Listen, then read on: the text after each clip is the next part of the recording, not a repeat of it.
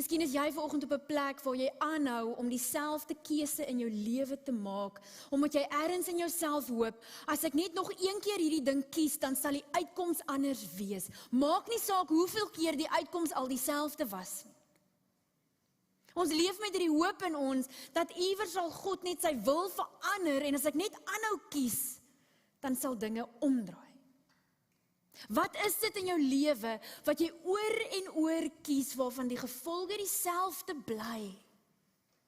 Wat is daai een ding wat jy anders moet begin kies? Maak nie saak hoe moeilik dit is nie. Maak nie saak hoe graag jy dit wil hê nie.